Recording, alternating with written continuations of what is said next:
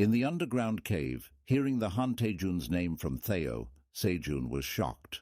He asked tentatively if he heard the right name Han Taejun, who was the strongest hunter in the whole country, and he became friends with someone who was that remarkable. But Theo was not worrying about that. What concerned him was that Han Taejun found out that Sejun was not on the 40th floor. After telling that to Sejun, the cat snickered and told him not to worry, because 3 of them had signed a confidentiality contract so that his secret wouldn't leak out. Even Sejun was a little surprised that Dongshik was Han Taejun's disciple. Well, it was a good thing. Sejun was relieved that at least for the sake of his family, it would be nice to be indebted to them both. He could also continue to help them by sponsoring them with crops.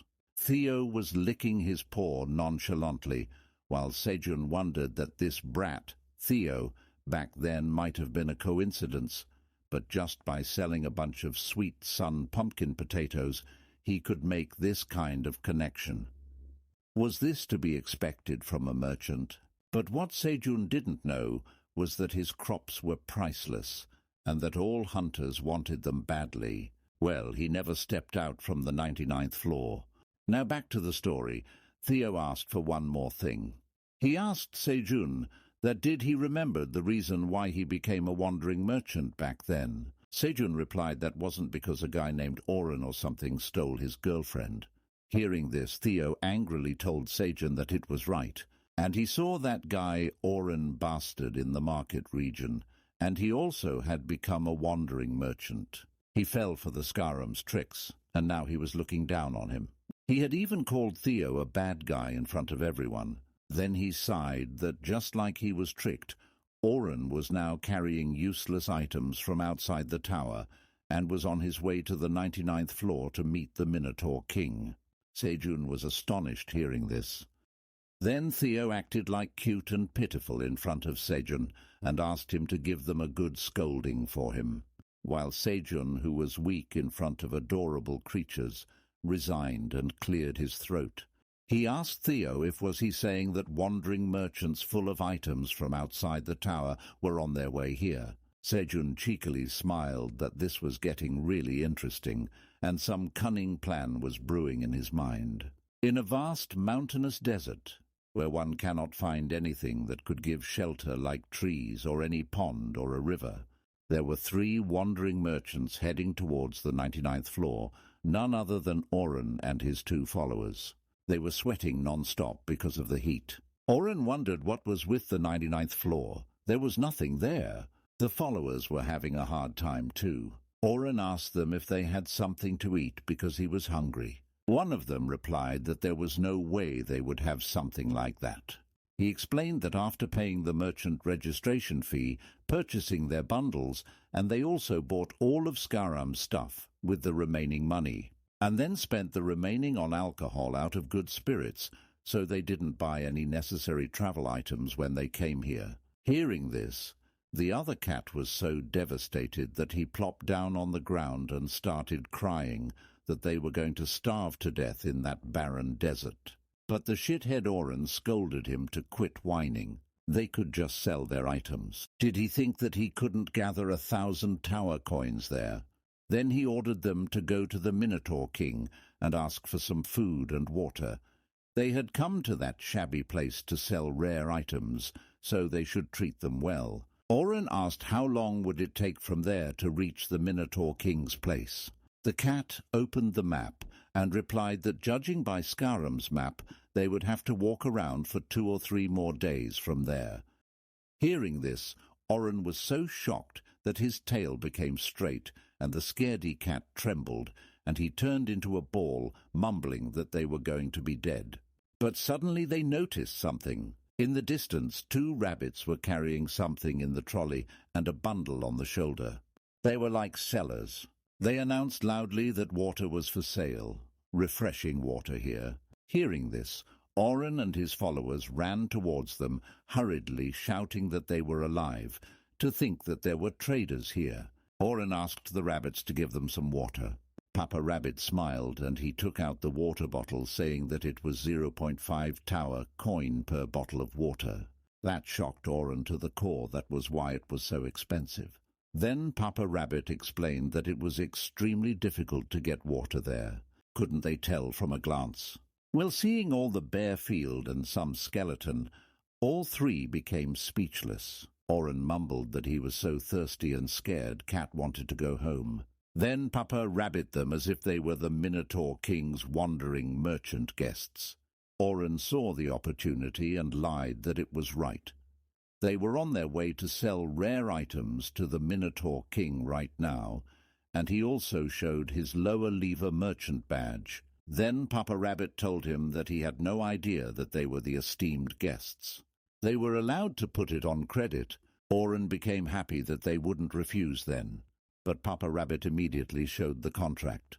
He gave all three of them a contract, and told them that it was a contract of guarantee for outstanding payments, and they had to pay it back 10 times unless they would pay the outstanding payments within 3 days.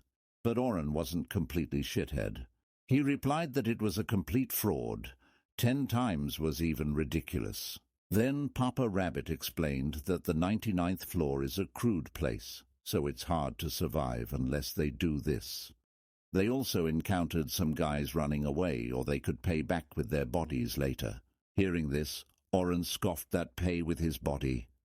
This would not happen because they would sell their stuff within 3 days and get their money. He hurriedly signed on the paper, and then they loaded all the water bottles into their bags.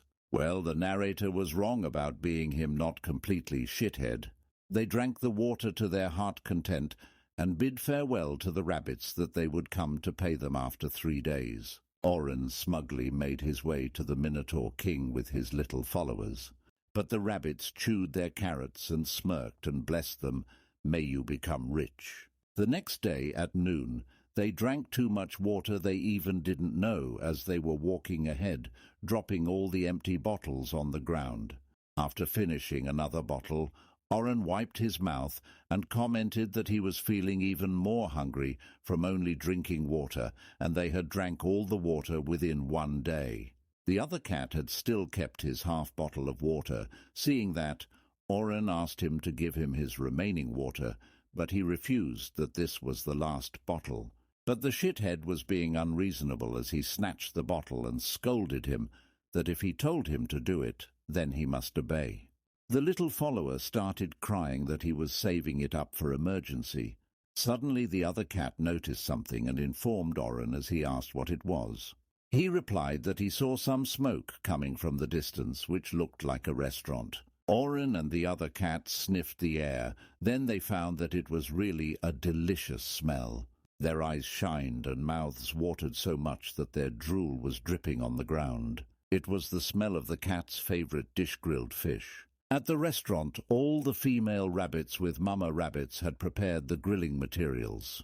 Mama Rabbit announced that this was the Rabbit House, the only restaurant on the 99th floor, and welcomed all three of them to their eatery. They sat on the stool and started demanding to serve them grilled fish. The little followers also echoed with Auron. Then Mama Rabbit stated the price that was 1 tower coin per fish. Auron was shocked by the price because it was too expensive. Then she explained that there was no lake or sea nearby. It's hard to get the fish. Auron grumbled.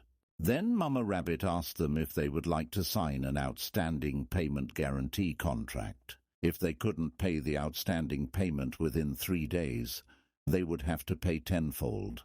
Auron couldn't be more familiar with this contract. He interrupted Mama Rabbit and replied that she wanted him to pay with his body, right? Then he readily agreed to sign the contract, and the little follower also chimed in.